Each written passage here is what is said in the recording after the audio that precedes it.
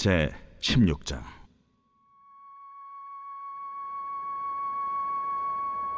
이스라엘 자손의 온 회중이 엘림에서 떠나 엘림과 시내산 사이에 있는 신광야에 이르니 애굽에서 나온 후 둘째 달 15일이라.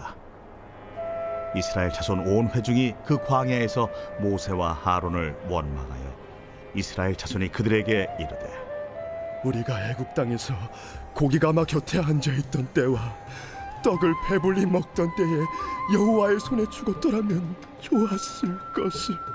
너희가 이 광야로 우리를 인도해내어 이 온 회중에 줄여 죽게 하는도다. 그때에 여호와께서 모세에게 이르시되, 보라, 내가 너희를 위하여 하늘에서 양식을 비같이 내리리니 백성이 나아가서 일용할 것을 날마다 거둘 것이라. 이같이 하여 그들이 내 율법을 준행하나 아니하나 내가 시험하리라. 여섯째 날에는 그들이 그 거둔 것을 준비할지니 날마다 거둔 것에 갑절이 되리라. 모세와 하론이 온 이스라엘 자손에게 이르되, 저녁이 되면 너희가 여호와께서 너희를 애굽 땅에서 인도하여 내셨음을 알 것이요, 아침에는 너희가 여호와의 영광을 보리니 이는 여호와께서 너희가 자기를 향하여 원망함을 들으셨습니다. 우리가 누구이기에 너희가 우리에게 대하여 원망하느냐? 여호와께서 저녁에는 너희에게 고기를 주어 먹이시고 아침에는 떡으로 배불리시리니 이는 여호와께서 자기를 향하여 너희가 원망하는 그 말을 들으셨습니다. 우리가 누구냐? 너희의 원망은 우리를 향하여 함이 아니요 여호와를 향하여 함이로다. 모세가 또 하론에게 이르되, 이스라엘 자손의 온 회중에게 말하기를 여호와께 가까이 나아오라. 여호와께서 너희의 원망함을 들으셨느니라 하라. 아론이 이스라엘 자손의 온 회중에게 말하매 그들이 광야를 바라보니 여호와의 영광이 구름 속에 나타나더라. 여호와께서 모세에게 말씀하여 이르시되, 내가 이스라엘 자손의 원망함을 들었노라. 그들에게 말하여 이르기를, 너희가 해질 때에는 고기를 먹고 아침에는 떡으로 배부리니 내가 여호와 너희의 하나님인 줄 알리라 하라. 저녁에는 메추라기가 와서 진에 덮이고 아침에는 이슬이 진 주위에 있더니 그 이슬이 마른 후에 광야 지면에 작고 둥글며 서리같이 가는 것이 있는지라. 이스라엘 자손이 보고 그것이 무엇인지 알지 못하여 서로 이르되, 이것이 무엇이냐? 모세가 그들에게 이르되, 이는 여호와께서 너희에게 주어 먹게 하신 양식이라.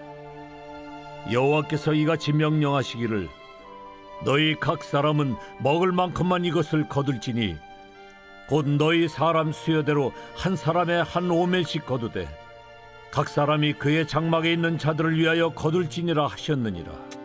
이스라엘 자손이 그같이 하였더니 그 거둔 것이 많기도 하고 적기도 하나 오멜로 되어 본즉 많이 거둔 자도 남음이 없고 적게 거둔 자도 부족함이 없이 각 사람은 먹을 만큼만 거두었더라.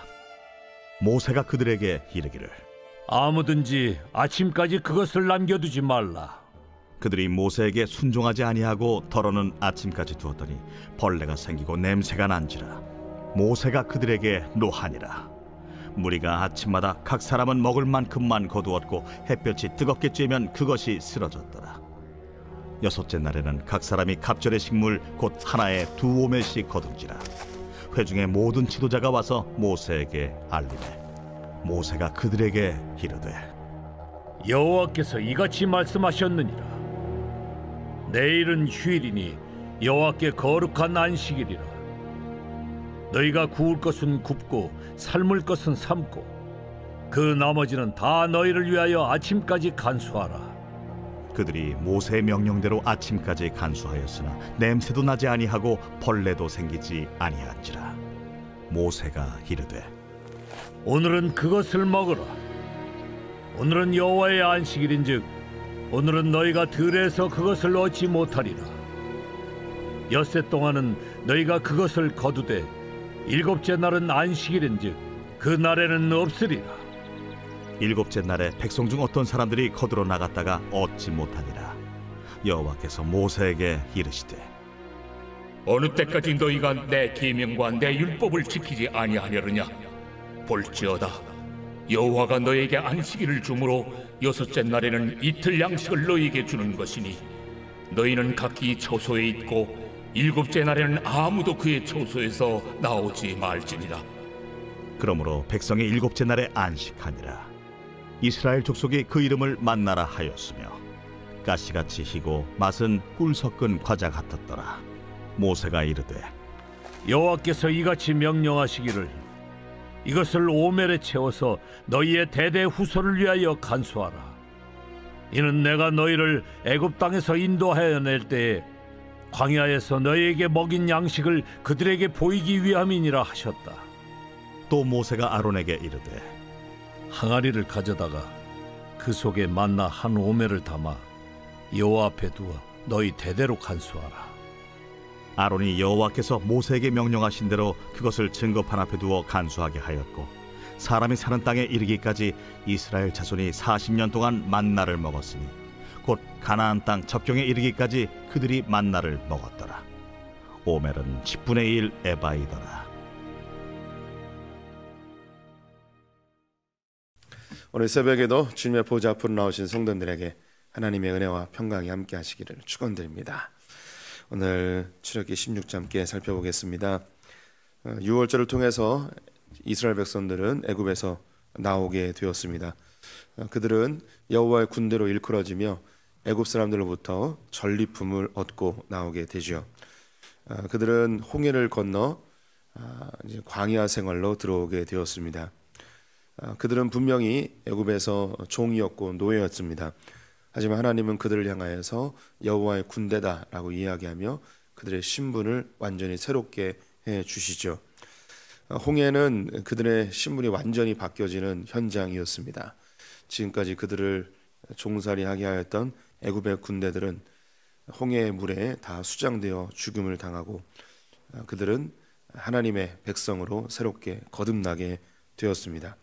이제 광야 생활을 통하여서 하나님이 40년 동안 그들이 가나안 땅에 들어가기 전까지 하나님의 백성으로 하나님의 백성의 정체성을 만들기 위한 과정들을 시작하십니다. 이 40년의 세월이 우리의 인생 전체를 의미하기도 하는데요. 우리가 천국에 이르기까지 우리의 생애 가운데 하나님이 하시는 일은 우리를 하나님 백성으로 만들어 가시는 것이죠. 이것은 성경에서 연단이라고도 표현을 하고 우리로 이야기하면 훈련이다 이렇게 표현을 할 수도 있습니다.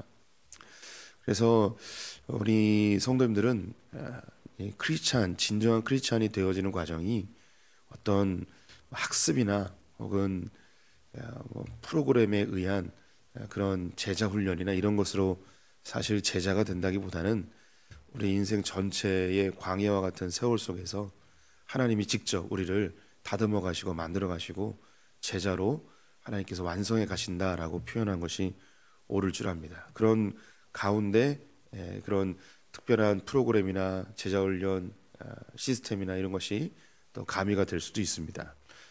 우리 성도님들이 인생 전체의 과정을 하나님이 나를 다루시고 연단하시고 완성하시는 과정이다라고 생각하시면 좋을 것 같습니다. 이것이 좀 빨리 수료된다? 수료라는 표현이 의미는 없겠지만 어느 정도 단계에 이르게 되어지면 이 광야 생활이 훨씬 수월해집니다. 그래서 우리는 이 땅을 딛고 살지만 이 땅에서도 하나님 나라를 충만히 누리면서 살게 되는 거죠. 이것이 하나님 앞에 순종하는 삶, 말씀대로 사는 삶, 하나님을 닮아가는 삶, 다양한 표현을 쓸 수 있겠죠. 그런데 하나님 앞에 순종하지 않게 되면 우리 인생 전체가 여전히 하나님이 우리를 거칠게 다루시는 그런 광야 생활이 될 수도 있겠죠. 그래서 신앙생활에 있어서 빠르면 빠를수록 좋습니다. 하나님의 말씀 앞에 순종하는 것이 우리가 하나님 나라를 누릴 수 있고 또 하나님 앞에 우리가 평안한 삶을 살 수 있는 지름길이라 할 수 있겠죠. 어제 보았던 이 마라의 쓴물이 광야 생활의 첫 번째 장면이었습니다. 하나님께서 이 먹지 못하는 쓴물을 단물로 바꿔 주셨죠. 엄청난 사건입니다. 이 사건을 통하여서 하나님이 한 가지 명령하신 것이 너희는 나의 율례와 법도를 잘 지켜라 라고 이야기하셨습니다. 이건 1차적으로 그들이 200만 명이 집단 생활을 해야 됐기 때문에 잘 씻지도 못하고 또 그 충분한 그 거리를 유지하면서 생활하지도 못하는 그런 집단 생활을 해야 됐기 때문에 위생의 관계에 있어서 하나님이 직접적으로 개입을 하신 것이죠. 그들에게 질병이 돌지 않도록, 전염병이 돌지 않도록 관여를 하신 것입니다. 이건 1차적인 거고요. 광야 생활을 첫 관문에서 마라의 쓴물을 단물로 바꾸면서 나의 율례와 법도를 잘 지켜라, 이 이야기는 광야 생활 전체 가운데 하나님의 율례와 법도를 지킬 것을 요청하고 있는 것이죠. 이것은 이제 서론에 해당이 됩니다. 이제 본격적으로 오늘 16장부터 신명기까지 40년의 광야 생활을 본격적으로 시작을 하게 됩니다. 이제 마라를 지나서 엘림에 도착하였고 엘림에서 신광야에 도착을 하게 됩니다. 신광야는 이 광야 생활에서 자주 등장하는 장소이기도 한데요. 이곳에서 이제 그들이 생활하면서 먹을 것이 다 떨어지게 되었습니다. 이 출애굽하는 과정 속에서 가져온 모든 것이 다 이제 떨어져 버려서 먹을 게 없게 된 거죠. 그래서 모세에게 불평을 합니다. 애굽이 그립다는 거예요. 애굽에서 고기가마 곁에서 마음껏 먹었던 그 시절을 그리워하죠. 참 어리석은 것인데 그들은 분명히 이 애굽에서의 노예 생활이 힘들어서 하나님 앞에 구원해 달라고 신음하며 울부짖었던 것을 하나님이 들으시고 그들 구원해 내셨는데 이제 또 다른 어려움 앞에서 옛날로 돌아가고 싶다는 거죠. 옛날에 그 노예 생활이 좋았다는 거예요. 종생활이 좋았다는 거죠. 그때는 그래도 먹을 거 걱정 안 하고 살 수 있었다는 것입니다. 그런데 이것에 대해서 하나님이 만나를 내려주십니다. 그들을 징계하시거나 그들을 심판하지 아니하시고 그들을 긍휼히 여기셔서 만나를 제공해 주시죠. 만나는 우리 성도님이 이미 잘 아시듯이 매일 아침마다 이슬처럼 내렸습니다. 그 모양은 가시 같다고 하였습니다. 그리고 그 맛은 꿀에 섞은 과자 같다는 이야기를 하고 있죠. 가시는 이거는 가스는 외래어입니다. 우리나라 말이 아니에요. 우리나라 말로 바꾸면은 고수와 거의 비슷합니다. 그래서 고수의 씨라고 생각하시면 되실 텐데 아주 작은 씨앗입니다. 이것을 모아가지고 이것을 갈아서 구워서 먹든가 삶아서 먹든가 이렇게 먹은 거죠. 뭐 밀가루나 쌀가루 정도라고 생각하면 되겠습니다. 그런데 지금까지 그들이 보지 못하였던 신기한 물체였습니다. 그래서 그걸 보고 이것이 무엇이냐라고 이야기하게 되죠. 이것이 무엇이냐, 이것을 히브리어로 만후라고 이렇게 합니다. 그래서 이 만후를 조금씩 변형되어서 이스라엘 사람들이 이것이 무엇이냐, 만후가 만나가 된 것입니다. 하나님께서는 6일 동안 아침마다 만나를 내리시고 7일째 되는 날은 내리지 않으셨습니다. 그래서 6일째 되는 날 2배로 거두어서 안식을 해도 먹을 수 있는 것을 준비케 하셨죠. 이 이스라엘 백성들이 광야 생활을 할 때 첫 번째 만난 문제가 뭐냐면 먹고 사는 문제였습니다. 그 다음에 만날 게 예상이 되지 않으십니까? 먹는 문제가 있으면 그 다음에 마시는 문제가 나오게 되죠. 이들이 이제 본격적인 광야 생활을 하면서 다시 말해 이제 하나님 나라 백성으로서 살아감에 있어서 하나님이 이 광야 생활을 통하여 첫 번째로 훈련하시는 게 뭐냐면 먹는 것과 마시는 거였습니다. 우리의 인생에서도 크리스찬으로서 하나님이 첫 번째로 다루시는 게 있다면 먹고 사는 문제입니다. 우리 성도님들도 어렵고 배고픈 시절을 다 겪으신 분들이죠. 우리나라 60년대 70년대 교회가 막 부흥할 때 첫 번째 문제는 먹고 사는 문제였습니다. 그래서 하나님 앞에 먹고 사는 문제를 해결해 달라고 기도했던 추억들이 다 있고 여전히 뭐 우리의 제일 큰 문제는 먹고 사는 문제죠. 이 부분에 대해서 하나님이 책임지신다는 이 메시지가 이 안에 담겨 있습니다. 풍성하고 뭐 넉넉하고 자랑할 만큼의 그런 넉넉함은 아니지만 하나님이 적어도 먹고 사는 문제는 해결해 주신다는 중요한 메시지가 담겨 있죠. 예수님께서 이제 공생애를 시작하시며 처음 백성들에게 설교하신 것이 산상수훈입니다. 이 산상수훈은 하나님 나라가 어떤 곳인지, 그리고 하나님 나라 백성들은 어떤 삶을 살아야 하는지에 대해서 설명하는 굉장히 중요한 내용이죠. 그 가운데 예수님이 아주 강력하게 이야기하신 것 중에 한 가지가, 너희는 무엇을 먹을까 마실까를 근심하지 마라. 이것은 이방인들이 구하는 것이고 너희는 그의 나라와 그의 의를 구하라 이야기하셨습니다. 새로운 정체성에서 무엇을 위해 사는가에 대한 중요한 메시지입니다. 오늘 이 만나의 사건 역시 하나님께서 너희는 여호와의 군대다. 여호와의 군대라면 여호와께서 책임지시는 거죠. 군대 대장 대신, 그 지휘가 대신 하나님께서 그들의 먹고 사는 문제를 해결해 주신다는 거예요. 그것에 대한 메시지입니다. 이제 우리 하나님 나라 백성이 되었습니다. 하나님의 자녀입니다. 이제 우리는 이 땅을 살 때 무엇을 먹을까, 무엇을 마실까, 무엇을 입을까를 근심하는 자들이 아닌 거죠. 이제 먹고 사는 문제를 위해 사는 자들이 아닌 거예요. 우리의 정체성은 완전히 달라진 거죠. 이제 우리는 하나님의 나라와 그의 의를 위하여 사는 존재들로 바뀌어졌습니다. 또한 산상수훈 안에 들어있는 구절 중에 예수님이 직접 알려주신 이 주기도문이 있죠. 이 주기도문 안에도 우리의 먹고 사는 문제가 담겨 있습니다. 잘 아시듯이 일용할 양식을 주옵시고 라고 되어 있습니다. 주님이 우리에게 요구하시는 건 일용할 양식입니다. 우리가 뭐 대단히 큰 부자가 아니라 일용할 양식.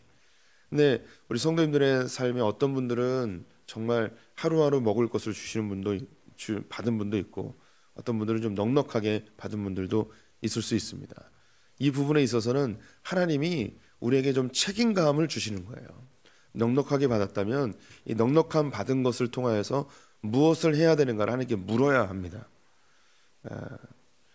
하나님은 우리에게 적절한 양을 주십니다. 오늘 성경 구절에 중요한 구절이 있는데요. 그것이 19절입니다.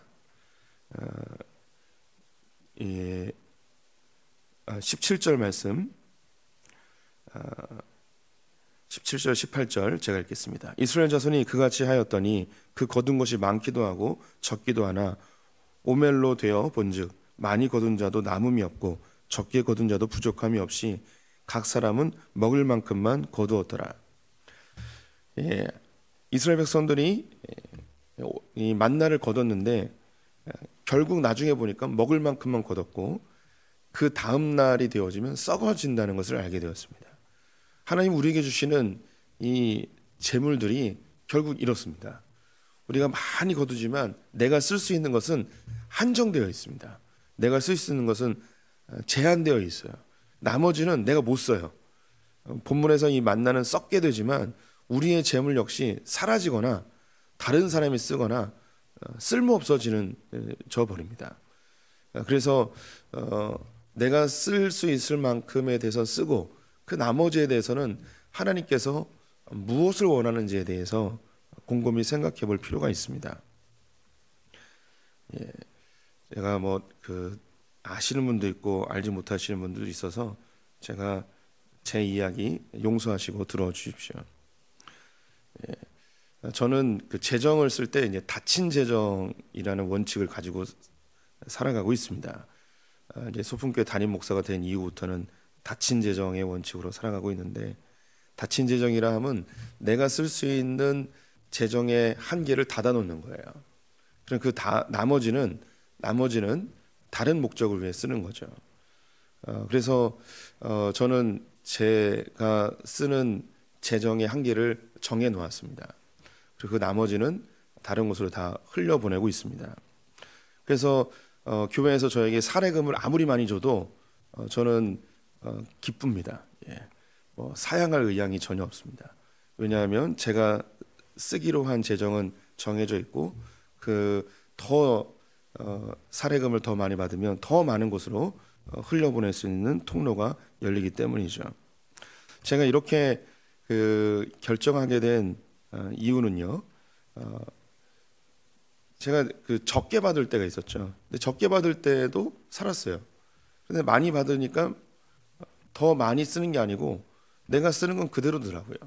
그냥 나머지를 어떻게 해야 될까 고민하다가 흘려보내는 것이 마땅하다라고 생각해서 흘려보내고 있습니다. 이렇게 제가 흘려보낼 수 있는 중요한 이유는 아내가 벌기 때문도 있습니다. 그래서 아내는 이제 집안에 쓸 거 다 알아서 하고, 저는 한 번도 집에다가 돈을 갖다 준 적은 없습니다. 결혼한 이후부터 지금까지. 되게 멋져 보이지 않습니까? 아니 그 멋져 보이는 게 아니라 그 남성다움에 대한 멋짐이죠. 그래서 이제 저의 그런 환경적인 요소 때문에 그런 부분도 있는데, 제가 말씀드린 건 뭐냐면 결국 우리가 아무리 돈이 많아도요, 내가 쓸 수 있는 건 제한되어 있어요. 그 다음부터는 하나님 이 여유가 되어진 이것을 어떻게 사용하면 좋겠습니까라고 물어야 되는 거죠. 만나가 주는 메시지는 아주 강력합니다. 내가 쓸 수 있는 건 제한된 거예요. 그날 먹을 수 있는 것밖에 못 먹어요. 나머지는 어떻게 해야 될 것인가 하나님께 물어야 되죠. 내가 못 써요. 만나는 즉각적으로 그 다음날 썩지만 우리 인생 전체에서 내가 쓰는 것 외에는 결국 다 자녀에게 가거나 자녀가 허투루 쓰거나 혹은 사기를 당하거나 빼앗기거나 이 다양한 방법으로 사라집니다. 결국 다 사라집니다. 그래서 이 사라지기 전에 이걸 어떻게 쓸 것인가 고민할 필요가 있죠. 우리가 여기서 이제 주는 중요한 메시지, 우리는 먹고 살기 위해 사는 존재가 아니라는 거예요. 하나님 나라와 그분의 관계를 위하여 살아가는 거죠. 오늘 만나에서 주는 두 번째 중요한 메시지는 뭐냐면 안식일입니다. 안식일. 이 만나가 40년 동안 내리게 되는데요, 이스라엘 백성들이 가나안 땅에 들어가자마자 이제 끝나게 되어집니다. 40년 동안 6일 동안은 만나가 내리고 7째 날은 만나가 안 내렸습니다.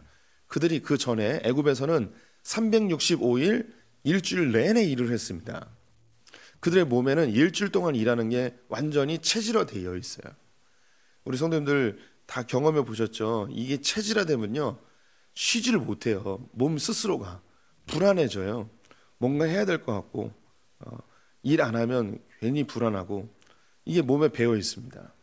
그런데 이걸 강제적으로 이스라엘 백성들 이 200만 명을 40년 동안 강제적으로 안식일에는 쉬게 만들어 버리셨습니다. 이것을 체질화시켜 버리시는 거죠. 교회에 처음 나오게 되면, 그리고 신앙이 어린 시절에는 이 안식일 날 온전히 쉬는 것이 진짜 어렵습니다. 오늘 나가면 그래도 얼마를 버는데 하는 불안함이 생기고요. 또 내가 이걸 열지 않으면 사람들이 뭐라고 생각하나, 여러 가지 복잡한 생각에 안식일을 온전히 쉬지를 못합니다. 직장을 다니시는 분들은 원래 법정 공휴일이니까 쉴 수 있지만 자영업을 하시거나, 또 우리 자녀들은 공부를 하거나 여러 가지 공사가 다망하지 않습니까? 이 몸에 배어 있는 쉬지 못하는 것이 우리 교회에 들어와서도 계속되어지죠. 그런데 하나님께서 일주일에 하루는 반드시 쉬도록 하는 훈련의 과정으로 40년을 진행해 하셨습니다. 우리 성도님들은 이미 이제 신앙의 성숙도가 높아지셔서 주일날 쉬시는 게 우리에게는 오히려 이게 익숙해져서 교회 안 오면 오히려 이상하고, 주일날 일하러 나가면 그게 이상한 그런 상황이 되어버렸죠. 하나님께서 이 광야 생활을 통하여서 이스라엘 백성들을 훈련시키십니다. 그리고 가나안 땅에 들어갈 수 있는 그런 조건을 만들어 가시는 거죠. 우리 성도님들도 이 인생이 광야의 세월과 같습니다. 주님은 끊임없이 우리를 다루십니다. 제일 많이 다루시는 게 우리가 무엇을 위해 사느냐입니다. 우리는 먹고 마시기 위해 사는 존재가 아니고 하나님 나라와 주님의 영광을 위해 사는 존재들입니다. 그래서 하나님의 질서를 따라야 됩니다. 하나님의 법을 따라야 되죠. 그래서 이 안식일이 단순히 쉬는 날이 아니고 하나님의 질서를 따르는 날, 하나님의 말씀에 순종하는 날임을 기억하셔서 주일도 잘 섬기고 또 하나님 나라 영광을 위해 내 삶을 드리는 수풍의 성도들 되시기를 축원드립니다. 기도하겠습니다. 무엇을 먹을까 마실까를 근심하지 말라고 하신 주님, 이것은 이방인들이 구하는 것이고 우리는 먼저 그의 나라와 그의 의를 구하라 명령하신 주님, 주의 명령 앞에 순종하여 주의 복을 누리는 소풍의 성도들 되게 하여 주시옵소서. 우리의 일용할 양식을 책임지시는 아빠 아버지를 신뢰합니다. 하나님, 우리의 삶의 중요한 선택의 기준이 먹고 사는 것이 아니고 하나님 나라와 영광이 되게 하여 주시옵소서. 그러나 우리가 연약한 심령과 육신을 가지고 있습니다. 조금만 배고프고 조금만 추우면 하나님께 불평하는 것이 우리입니다. 하나님, 우리를 긍휼히 여겨주시고 무엇을 먹을까 마실까를 근심치 아니하도록 주님 풍성히 채워 주시옵소서. 또한 하나님, 우리에게 차고 넘치도록 채우신 것을 또 하나님 나라 위하여서 흘려보낼 수 있는 복의 근원으로 또 우리를 삼아주길 간절히 원합니다. 오늘 하루를 주님께 의탁드리며 예수님의 이름으로 기도드렸습니다. 아멘.